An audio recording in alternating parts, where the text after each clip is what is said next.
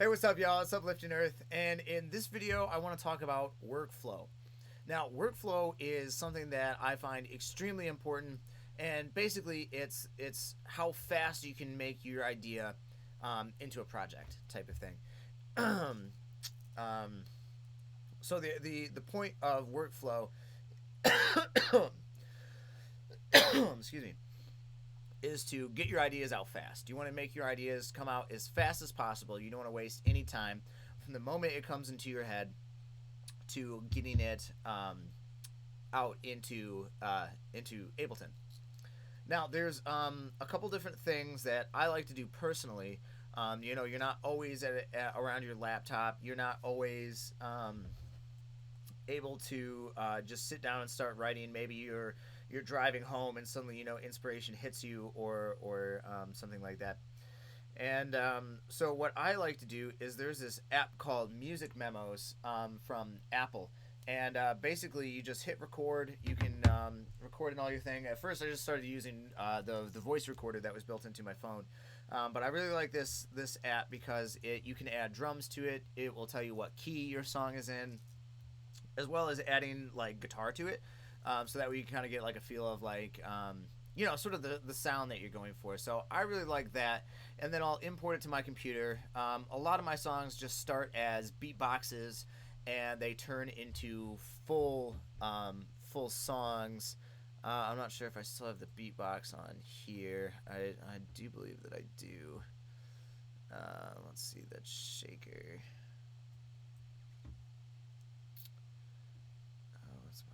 Yeah, okay, it looks like I got rid of the beatbox. But for a lot of my songs, they all start out as beatboxes, and then I just build around them. And I find that that is a great way to go about it. Is this it? I think it is. So this really quick. Okay. Okay, so starting like that.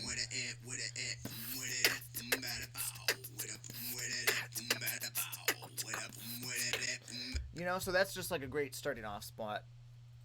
Oftentimes I'll sing into my microphone just to sort of get a general idea. And basically, I'm just trying to lay down things as fast as I humanly possibly can. Just get my idea out there. Just take care of the arrangement first of all, so that way I'm not hung up on anything.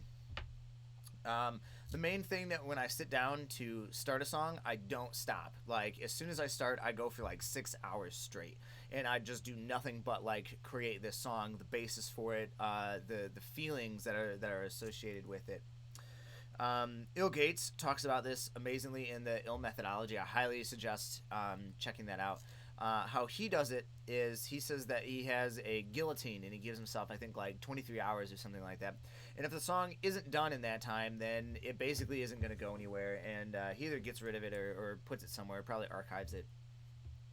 And I do the same type of thing. So for me, it's like Saturday is my day to write music, and I'll spend probably about 6 hours. If I can't get an arrangement done in 6 hours, then it goes to I can actually show you this. So all my projects, they start in the Uplifting Earth folder, and they're all here. That's all good and everything. And if I can't get like the emotion, if I can't get the overall thing done in about 6 hours, then I put this in my to archive folder. And basically, no, not all of these belong in here, but what happens is that once they're in the archive folder, it's basically like I haven't touched the project in a while, or I'm working on something else, and about every month or so, I will take all of these and throw these onto an external hard drive. I'll before I do that, I listen to them one more time, and I'll move them back to like a different folder or whatever, depending on how I feel about where the song is going. And it basically just stops me from wasting time. If I can't get down the song, the feeling, at least like a general arrangement to it, then I'm probably just going to spend more time trying to figure out nothing. So I get rid of them, and I really like want to save my time for the things that have the most inspiration. and everything to that.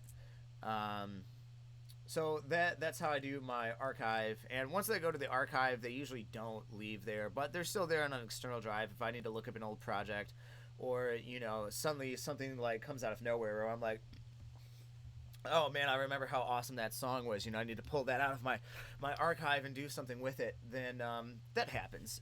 Every month, like, I go through the archive and I see what's there, see what's not there. I do a little cleanup and stuff.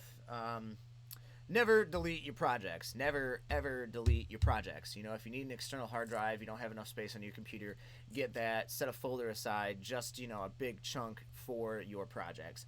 I cannot tell you how difficult it was for me to learn that lesson, because I'm the type of person just to like get rid of shit. Just be like, okay, I'm not using this. Let's get rid of it. It doesn't have any purpose to me, whatever. And more often than not, I go back and try to find those projects going, man, there was that one little like drum fill that I created, or that one little synth patch, or, whatever it is. And I'm just like, that's the sound that I really want. So never delete your projects, even though it can seem like they can get really cluttered and everything. Do your best to organize that.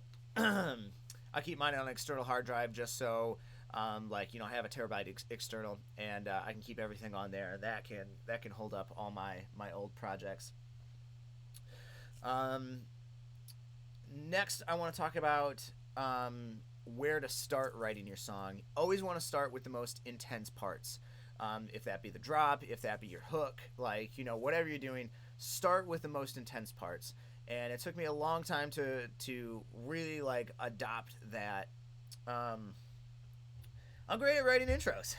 I could write intros for days, but as soon as you get that build up going, it's just like, oh, okay, like everybody put your hands up, and then you don't know where to go. You don't know what the drop should sound like. So you always want to start with your most intense spots, and it's easier to work out an intro afterwards than try to write out a more intense part after. So that's all I'm going to talk about for the short version of the workflow. If this video was helpful to you, give it a like. Go ahead and subscribe to the channel. I'm going to have a lot more of these videos coming out. If you want to see a certain tutorial, leave me a comment. I'd love to make to more. I love talking about music production, so I'm more than happy to do that for you guys. I am going to make another video where I go through my exact process, and you'll see me build an arrangement from scratch. I'll probably do it in like 20 or 30 minutes, and you can see exactly how quickly I like to work and get a whole thing done. So if you felt like you didn't understand this, or you just want to go more in depth in workflow and being more effective at writing music, then check out the longer video of workflow where I will actually be going through my entire process.